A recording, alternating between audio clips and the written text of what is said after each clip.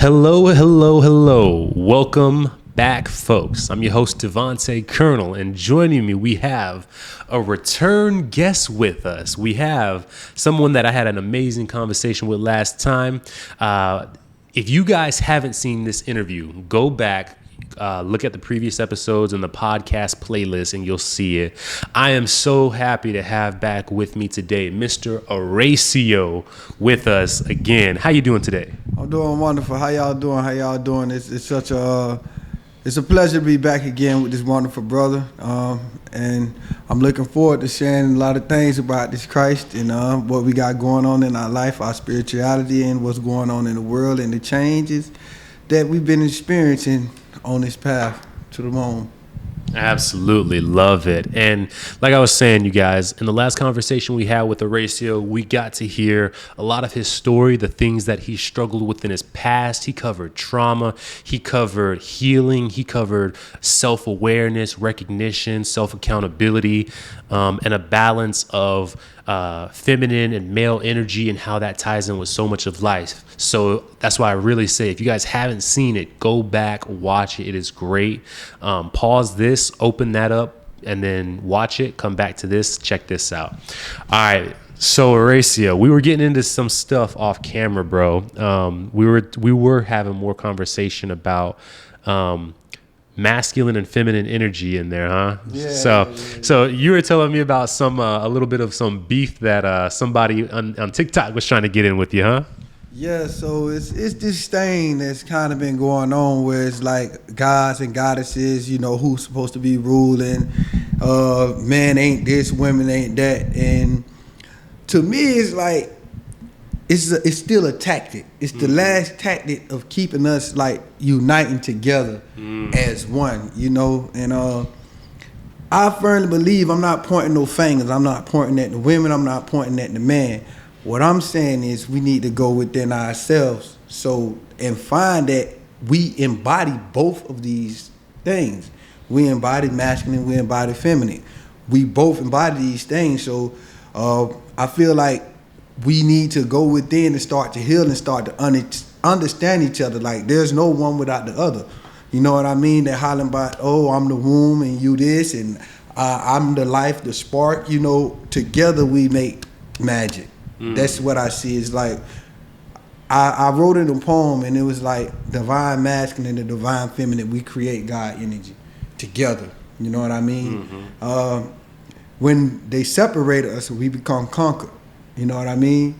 So I want us to focus on healing, and the time that we put in trying to figure out what's wrong with the opposite sex. It's time that we can be spending actually healing our traumas. Because once you actually heal and you start to see life from a different perspective, you don't allow these energies into your field. Like I say, God, the Most High Creator, placed everything around you for a reason. And it's either a lesson or a blessing. So when we go through these challenges as men and women, it's like, oh, women ain't this, or men ain't that, or they broken. Maybe you're broken. Maybe you're not healed, so you're attracting the same thing that you are and not realizing it. And instead of going within, you're putting the blame on the opposite. But if you go within and start to understand and start to work on healing yourself and healing your traumas, you attract exactly what you are. You attract what you deserve.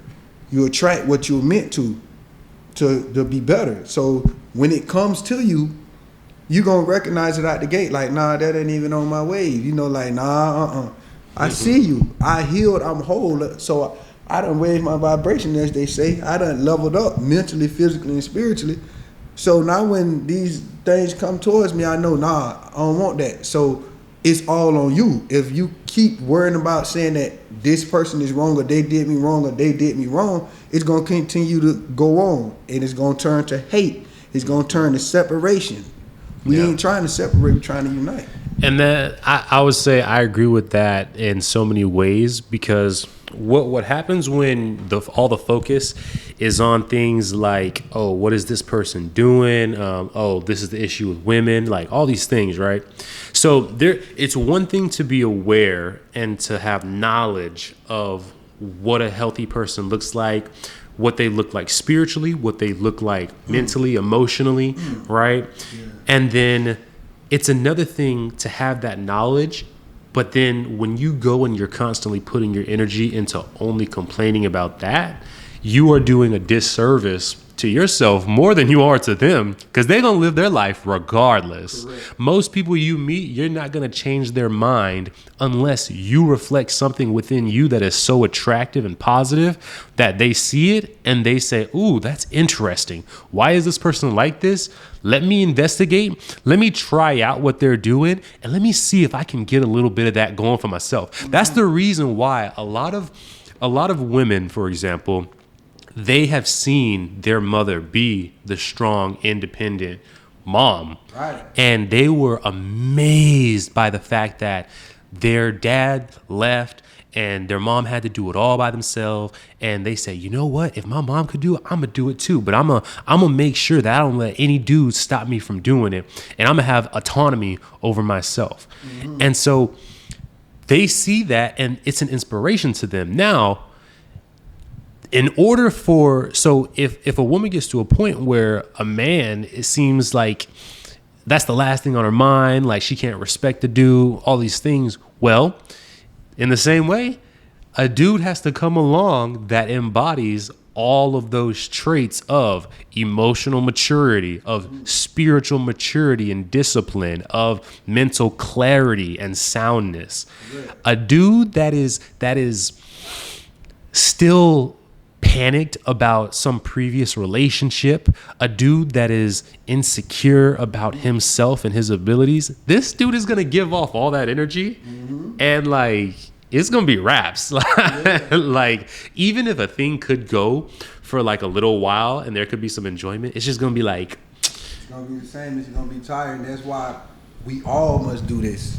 We all must heal. So if, like I say, you could have an inspiration that's inspired by a trauma, which is, like you were saying, independent mother. Like me, I grew up no father figure. You know what I mean? And growing up like that, I didn't realize the trauma that I had. My inspiration was not to be like my father, but it was trauma that pushed that inspiration. So it's like, what we see as we grow up, as you were just speaking on the women, like, yeah, that inspires them, but they're afraid because, like, man, my mom was like this. I don't need no man. I'm not dealing with no man. Yeah, you became successful because it starts to make you operate in masculine energy. Mm-hmm. This is what women need to do to survive. And not enough of us in America know what the true masculine energy is. We don't understand. We don't even understand the balance between the both. So you have women operating in masculine and you have men operating in feminine or over masculine because they're afraid to even operate in a feminine side because they're afraid to be labeled as gay. You know what I mean? So when I look at that as that independent woman, when that woman needs to meet her man that is whole, she needs to have experience. Because if she still don't understand that she has a trauma by her mother being independent, which pushed her out to be strictly independent, I don't need no man, it makes you move so much masculine. So when you do meet a man, you might like him, he might like you, but eventually, after a few months of time, that masculine energy that you've been so used to operating in, you don't know how to turn it down and soften up a little bit. You know what I mean? So that's just why I'm pushing the fact that everybody needs to be focusing on healing themselves, and then they'll realize that there's nothing happening to them that's not meant to happen to them. It's happening to you because you haven't done the work to understand yourself first. This is why you keep attracting these low vibrational negative things. This is why you keep attracting the same thing, because you missing the picture that the Most High is trying to show you. God is trying to show you. When you keep getting into these same cycles, you started talking about, oh, dudes ain't this, women ain't this. Me the same way. I keep getting in this messed up relationship. Oh, she did this, and she did this. Until at the point, you got to realize, wait a minute, so it's everybody else. It's everybody else. It ain't never you. Mm-hmm.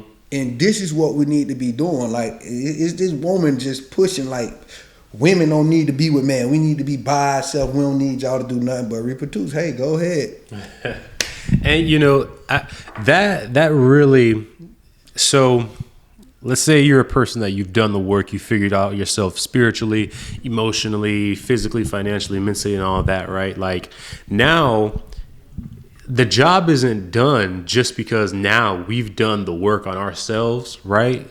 Now we also have to exhibit wisdom in who, like you said, we allow within our realm of our circle, because we can be up here. But what we can never do, we can never be the person that takes someone that's way down and just hoist them up against their own willingness to travel there as well. Like, are there instances and cases where that happens? Yeah, of course. There's always an exception to a rule. There's always people that genuinely can have that happen. They're willing to, you know, they see this person do something that amazes them, and they now trust that person's strength and energy. And they say, you know what? I am going to trust this to you. That does happen. But should you bet and plan on that happening? Like, if you're a random person meeting a random person, should you expect that other person is just going to latch onto you and trust you and all this? Well, no, not if they're not showing any of the qualities that indicate clearly that they want to do it. Mm-hmm. And if you are not setting the clear grounds for what exactly your boundaries are and what exactly you do and do not play with, then you can't be any type of surprised when things fall off the train, because you didn't set any guardrails for that train, first of all. And second of all, you didn't even preliminarily determine, is this person someone that is maybe teachable, coachable? You know, you can have a high-powered lawyer as a partner if you're a man. If you could have a wife that's that, a doctor. You have all these high-level, executive level of women. And if you are doing your thing correctly, when this woman comes home to you, she will melt in your arms. Right. She will say, honey, I'm so happy to see you. Thank you for being around. I'm so glad to have you every single day. She will become putty in your hands. But that only happens when you've done the work, you've shown your competency, and she knows she can trust you as a leader. Right. And guess what, guys? A lot of men don't have the capacity to lead now because of this idea that everything needs to be totally 50-50 in some capacity. And they don't have any type of spiritual discipline that tells them that it is their God-given duty to live and to lead and to protect and to provide stability for that woman as her rock. And so you're going to find yourself swaying with the winds if you don't anchor yourself with some type of sense of duty and responsibility. Right. That's what I found to be like really and truly the common factor. And I can say I agree with that. I can say I truly agree with that, because on a spiritual level, right? On a spiritual level, that's the feminine. Mm-hmm. You know what I mean? And it's certain things that I used to look at being raised by my mother. It's certain things that I always looked at different, which I really believe that this is a gift for me, because I can look at certain and understand. So being raised by my mother, I used to always look at like, why they always try to put woman behind man and all this here. But then I realized, right, it's a saying, and I this is epiphany that came to me one day in the midst of a letter. I was writing the female, and I was like, I'm a man that Why do they always say behind every strong man is a strong woman? Why they always got to put the woman in the back? I don't want my woman behind me. I don't want my woman in front of me. I want my woman beside me every step of the way. And then it dawned on me, right? Where's your spinal cord? Where is your spinal cord? It sure ain't in front of you. It sure ain't in front of you. And that spinal cord is very, very vital to your body. Right? So if you put your spinal cord in front of you, you can't really protect it like that. Absolutely. So when I looked at it, I looked at the value of your spinal cord, and then I looked at the value of a woman being behind you, a strong woman. So a man needs a woman that is strong mentally, spiritually, you know what I mean? Even physically. But if this woman is behind you, you have to protect that because she is a jewel. She's the one that helps you bring your manifestation into this world. This is what the woman is. This is what the womb is. This is what they do. They bring out the creation. You are the creation. You put this creation in them and they bring it into this universe. They bringing it into this atmosphere. They bringing your seed. They bringing it. We put the spark and they produce it. So when I look at that, I feel like we have to protect them, but we must build up the resilience, and we must also begin to have our queens to understand. You got to heal and stop holding resentment for the things that happened in the past, as in how women got degraded and how the rappers talk about them and how they dogged them out in the industry and everything. Because if you don't, the role is going to switch and it's going to keep us in the same cycle.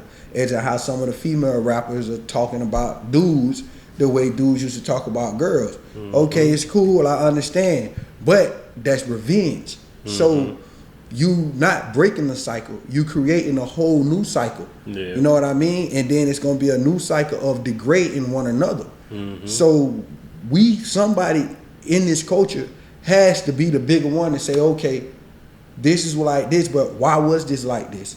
Okay, wait a minute. We have to go all the way back and find out what happened to the men. What happened there? How did this happen? Where did this come from? You know what I mean? And then they'll realize the division. They'll realize how the government stripping us away from each other, taking care of the women and the kids, and having them feel like we can't provide for them. Yeah. You know? So once the men also need to realize this and start to go on their self journey and healing, because I know a lot of men that are like me that didn't grow around father figure. The world, God, directly taught. You know what I mean? This is who taught me, and through trial and error and experiences. So some men I can relate to out there, because I don't want them getting bashed because they wasn't raised properly, because they didn't have the understanding, because they didn't have a father figure. They didn't have a uncle to give them what they knew as men. They was raised by women. And it may be harsh the way they talk about it sometimes. You know what I mean? But it's true. But the thing is, how can you hold someone accountable for at the time they didn't know? Like you say, God protects food, women, and children. Once you become aware of something, wisdom becomes acting upon what you know. You know what I mean? So a fool is a person that knows something and continues to do the same thing. That's a fool. You know better, but you're doing the same thing. So once you become aware of these things that's going on, it's on you to start making a change. So as in with myself, going celibate, knowing that I have so many different things that I need to heal before I can be in a proper relationship, before I can present myself to a woman wholeheartedly, without being able to have insecurities, being financially stable, mentally stable, spiritually stable, and that's the way I can attract what's meant to attract me, and then I don't have to cry no more about God's mirror that's been reflecting me all these years, that keeps coming to me. Yes, that is what I'm telling you guys. All these bad relationships y'all getting in, and this ain't this and that, that's God's mirror reflecting you, and you just ain't looking at it, and you're blaming the person for it. Go within. Yeah, man. It's that, I think you said it real well, man, because shoot, like if that mirror got a little bit of a beast in it, then shoot, you're gonna get a beast looking right back at you. And that's been like the really cool thing that I've seen with my wife, I really don't know if the last time we met up, if I was married or not. I don't think so. I think you was telling me that you was thinking about getting married. Yeah. It's crazy to think it's already been so long since then, man. Yeah. You know? But that's what I see is like when I can see that there's a conflict that's going on, you know, sometimes I see that, okay, I need to state again that, hey, I recognize these certain things happening with myself, and I recognize what's happening with you.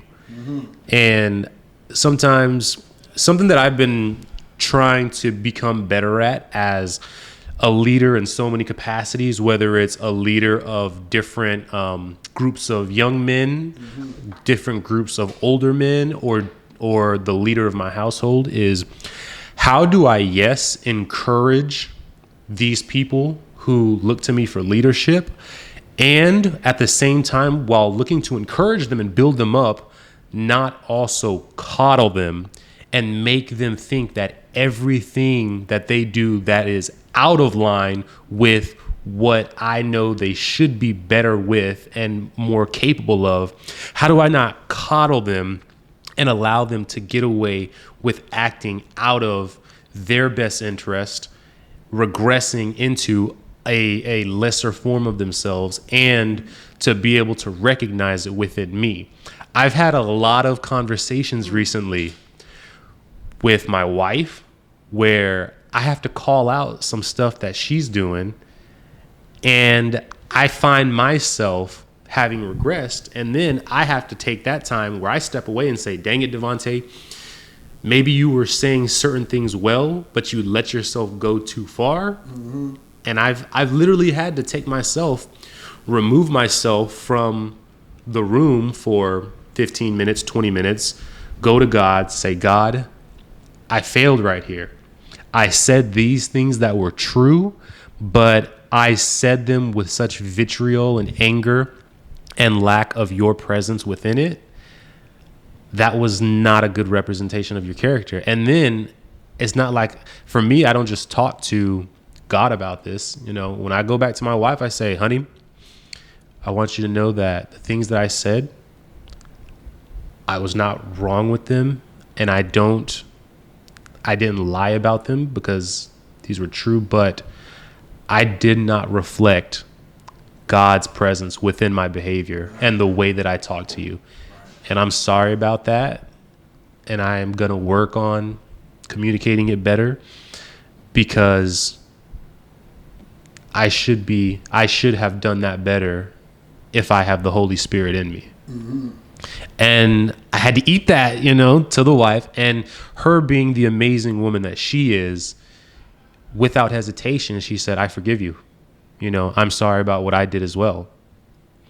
And for me, that just is such a reassuring thing, but it only comes when the two people know, okay, I need to take a step away. I need to go to God. I need to own up my piece of it, right? And then you should be able to know, okay, if I own these pieces, the godly manner for them to respond is in this way. And doing that with her, and also doing that with my students that I lead as well. I'm leading, 6th grade boys, and you got to call them to account. They want to come in, they want to have fun, they just want to party and whatnot. And you got to say, hey guys, I want to have fun with you. I want you to have fun with each other. But you're not just going to sit here and be disrespecting everybody, telling jokes about people's moms, about each other's sexuality, about each other's race, and all these things. And if you do that, I'm telling you right now, you got in these certain spaces, depending on the space, I change up with the allowance of it. But depending on how aggressive the offense, I may kick a student out right then and there and tell them, unless you want to get your act together, do not come back. I love you and I want what's best for you, but not at the sake of costing another person who wants to be here, who is respecting the others in here.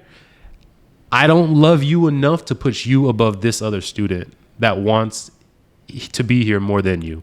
Right. You know? And so I'm working on holding the people I care about to account more, because I think that the propensity is to overlook certain poor behaviors, not only with others, but within yourself. And there is a correct way to call out your own poor behaviors, to call out others' behaviors in a way that lets them know that you love them so much you're willing to let them know what you're doing wrong, but you're not condemning them. And that's been my challenge that I've been faced with recently. So that's actually right now with me and my roommates. We have this really big thing about holding each other accountable. And we actually need that a lot. And the thing is, with humans, it's easier to see what everybody else doing wrong. It's harder to look at what you're doing wrong yourself. So holding each other accountable, one another accountable, I believe is very big, and I believe it's something that we all need within a structure, because if we don't have nobody in the structure that's gonna hold us accountable for what we doing, sometimes you can walk around on your high horse and don't realize what's going on down here. And sometimes you got to get knocked down back to the reality, like, hey, you on your high horse, but this is what's going on. You telling me that I'm doing this, so we gotta reflect on each other, and it's good to speak like that. That's the only thing that I can actually speak on in that, is when it comes to accountability, everybody should be able to accept accountability, whether they want to accept it at that moment or not. But to self-reflect, as you did with your wife, that's godly in itself. You know what I mean? Thank you, brother. Yes, it is. That's godly in itself, to actually look to what you did and realize that you made a mistake, that you spoke out of emotion, which is a thing that us men really need to work on a lot, because we need more emotionally intelligent men. This is what we need to start building, to start to understand our counterparts, because we don't know how to express our emotions like that. That's why we actually lash out with this testosterone, because we weren't ever really taught that, to how to deal with your emotions. It's taught to not show emotions. They tell you don't show emotion, but they don't tell you how to start dealing with these emotions. They don't tell you, okay, if you're feeling like this, you need to sit inside that emotion at that moment, at that time, and find out, why am I feeling like this? You know what I mean? And that's how you get better. Once you start, like how you track that, you notice that, boom, okay, I reacted like this. What made me react like this at this moment, at this time? What was I thinking, and what was that direct feeling that I felt when I spoke like that? And then you go in it. And when you start to sit in it, you start to look at the times when you felt outside of that situation. You're going to look at other times that you felt this same feeling. And like I was just telling one of my roommates, like, we have all these layers. All of us do. All of us do. But when you start to sit inside that emotion that you felt at that time, you start to pull things back, and then guess what? You uncover something that's really small. And you like, yo, this little thing has been disturbing me all these years. Right. You know what I mean? That's what I look at when I look at self-healing, self-work, when you're doing the healing, when you judging yourself unbiasedly. When you start to realize that everything around you is for you to learn yourself. We looking at these external things and the problem that's coming, but we don't realize that we are creating it, that it's on our inside. So like when I look at things, it's like, yo, we need to find out, we need to become more emotionally intelligent. We need to start teaching men that it's learn about your emotions, sit inside your emotions, to understand them. That way, when it rise up, you don't lash out, because you're not used to nobody holding you accountable.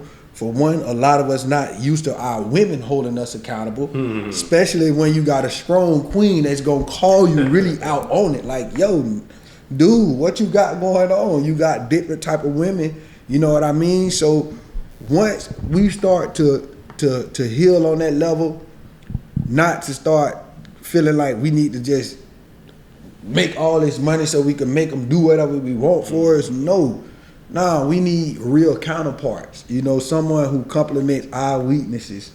You know what I mean? Mm-hmm. She compliments my weakness, I compliment her weaknesses. You know what I mean? Yeah. We can build each other up on every level, mentally, physically, and spiritually. If we ain't building like that, it's a problem. So it's like we need to get to that point where we understand ourselves. We need to get to the point where we start holding ourselves accountable as you did. Like I said, I salute you so much on that because you went there and you went straight to the Most High. That's what we got to do. Like a lot of times we'll run to the phone, we'll run to a friend, hey brother, hey sister, hey girl, and John or auntie this, and when we gotta go straight up. Yeah. Sit in it, meditate, okay God, this is what happened, this is what came into my life, how did this happen in my life? You know what I mean? I'm praising y'all. That's where I'm going, and how did this get into my life? And then once I start to sit in it, you start getting better and better. So now when these situations arrive, you know exactly how to deal with it. Then we get over the guilt. Because at one point, once you start learning, sometimes the truth hurts. Yeah. So you will realize, especially when you're having a good heart and you seeing that somebody is really broken a little bit by what you're exposing in them, you feel guilty. Mm-hmm. So it makes you want to shrink a little bit, not to expose that because you want to protect their feelings. But at the end of the day, you got to tell them what it is so they can figure out and heal. And sometimes this is not going to do it. Sometimes you have to let your actions speak. Mm-hmm. And that's the biggest thing too. Yeah. Letting the actions speak, and not only letting them speak in one or two sentences, but sometimes your actions got to speak for a while. Sometimes your actions need to line up with the first thing in the morning when you wake up, somewhere throughout the day. Maybe about 4 p.m., maybe about 7 p.m., maybe about 9 p.m., maybe about 2 a.m. You know, I mean, shoot, there's when you are in a relationship with some type of person, whether it's a friend or whether it's a partner, you might find that person is extra needy, you know, a day or two out the week. They're going through some things and they're leaning on you a lot more. And you got to be like ready for the challenge when it comes, ready for the call. And sometimes like that amount of like supporting someone in that moment can feel like a lot, but shoot, that's game time, baby. Yeah. That's when it's like, you know, that's where it's like, okay, shoot, like, okay, I do these little things, you know, maybe you get the flowers or maybe you buy a little candle or something, or, you know, doing these little things. But like, how do you perform when it's time to show up multiple times frequently in a very short time span, and it is emotionally draining on you, your time is limited, and you may not be in tip-top shape yourself? Can you show up in those times? Yes. Now the thing is, I'm serious on my peace right now. So anything that's really disturbing that's not in line with my peace or is trying to get there, I ain't playing with it. That's smart. Yeah, I'm not playing with it because we are in the time of spiritual times right now. You know what I mean? And the thing that's going on is either you gonna rise up or bring you down. Yeah. I was just listening to something the other day, and it was like you will have a positive charge, something that's positive, and you putting this positive thing around all these negatives, hoping that it's gonna help these negatives charge up. But really all it's gonna do is drain that. Yeah. Basically they draining you of your energy. So if I'm dealing with something that's literally draining me, no, I'm not letting nothing drain me no more. Absolutely. Listen, that's why you heal. So when you heal, you don't have to deal with that. When you heal, you're gonna attract what you are. Now the thing is, we always like to see the good in people. Like we always see that we want to bring this good out of people. This is what I just had to learn about being able to detach. Because being a good, kind-hearted person, being an empathetic person, bro, we see the good in people. We see the good in the worst people. It could be a person that everybody's told you, like, man, listen, don't. But we'll look and see a hurt little child. And we'll see that hurt little child like, hey, we can come on. We want to be a healer and help heal that hurt little child, but guess what?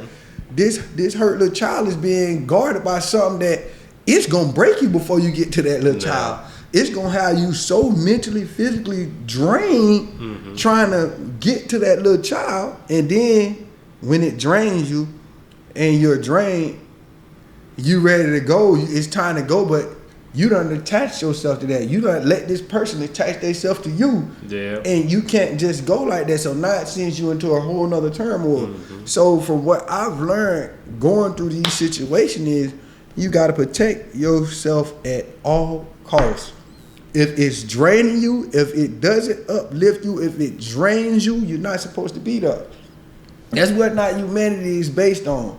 It's by uplifting. If somebody's there to help uplift you and they gonna take what you giving, if they going against it and it's draining you, trying to give them the message, no, but we not doing that no more. We giving the message. We showing the example. If you can take it, if you can't stick with it, if you can't go, okay, I got to keep on going because I have somewhere that I need to be going and keep on draining myself. I seen this scene the other day I was explaining, and I was sitting on the porch just enjoying the nature, and I saw this bee. The bee's flying, keep getting pushed back by the wind though. Bee flying, it's flying against the wind, it keep getting pushed back, and I'm looking at this bee, and long story short, I'm like, this bee is on a mission somewhere, but he's not giving up. Wherever this bee is going, it's not giving up, so it have to get there. But it would go up, go back, go a little bit forward, go back, make it all the way here, blow all the way back. And in my mind, I'm like, okay, this is a message like, yeah, it's going to be challenging, it's going to be a hard time, but as long as you're not broken all the way down, you ain't dead, you could keep going. You're going to go up, you're going to get pushed back. You missed out something, you need to learn, you're going to go back until you get it right. But then after I seen this one bee that I was watching, 2, 3, 4 more bees came. And all of them was flying, but they wasn't right by each other, but it's like all of them came, and it's like, okay, we on the same journey, but we taking different paths. We headed to the same destination, and it's hard for all of us. You know what I mean? It's hard for all of us. So we're here on this journey with you together. Don't feel like you're by yourself because it's a battle, but you have other people that's on this journey with you, and sometimes all you gotta do is look around you and realize that these people on this journey with you. So you will know, okay, this person is on this journey with me. They on their path and they're headed to this destination. Okay, so now we know these people not gonna be draining because we gonna be understanding of each other. That's the purpose of community. That's the purpose of being around like-minded individuals. That way, even with your flaws, when you go around this person, they done been down that path. They over here healing this trauma, but they had the same trauma that you had, so they see that in you. So now you have a person, or you have several people around you that's not making you feel bad because they helping you grow, they helping you heal because they understand. They see that, okay, this is a path that I was on and I had that trauma. Yeah. I understand that trauma. So it's not that these type of people not gonna be drained. Like when I see a person that has the same type of trauma that I've had and I know I had to heal that trauma, I can't let that person drain me. That person not gonna drain me because I know exactly what this person is going through. So I can give what I need, and if I see that what I'm giving from my trauma and what I had, if it doesn't help or you're not trying to use it to better yourself and you decide to stay in it and it's affecting me now, okay, then you go. I protect that. But a lot of times they recognize it and they say, okay, wait a minute, yeah, I see you. It's like, you know what they say, it takes one to know one. So it's like when you out, it's like, hey, I see you. You know what I mean? 100%. Yeah. So that's exactly right. And I think that's the biggest thing. When somebody, if you try to give it to somebody and they're willing to receive it, or at the end of it, you like maybe it seems like they don't receive it, but then they come back to you days later, weeks later, whatever the case may be, and they say, you know, I was thinking about that thing you said, and I hated it when you told it to me. But I ended up figuring out you were kind of right. And yeah, I done did this and I done kind of changed this up, and or if they do respond immediately, and like at the end of the day, that's what you know, that when it comes to just general people, that's gonna be like the mentality you want to take is just like, I'm going to do my job of just putting what I know is the value that I can contribute, give. What are my talents? How can they assist this person? What is my wisdom speak? What is the spirit in me, the spirit of God in me speaking? What is the truth that I can speak in that spirit?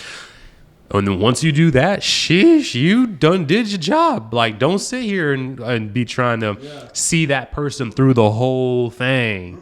And now if that person takes what you say and they do the thing and they work on it, then they're like, okay, so like, what do you think next on this piece right here? Maybe you can give them a little piece, but even still, you don't necessarily want to walk the journey for them. You want to figure out how to stir up the spirit within them, how to stir up their creativity, how to stir up their wisdom so that they can figure out how to do these things in themselves. Because ultimately the goal is for a person to become a competent, independent person that relies mainly on, in our cases, on God. For a person that doesn't have a spiritual background, it would be relying on themselves would be the ultimate goal.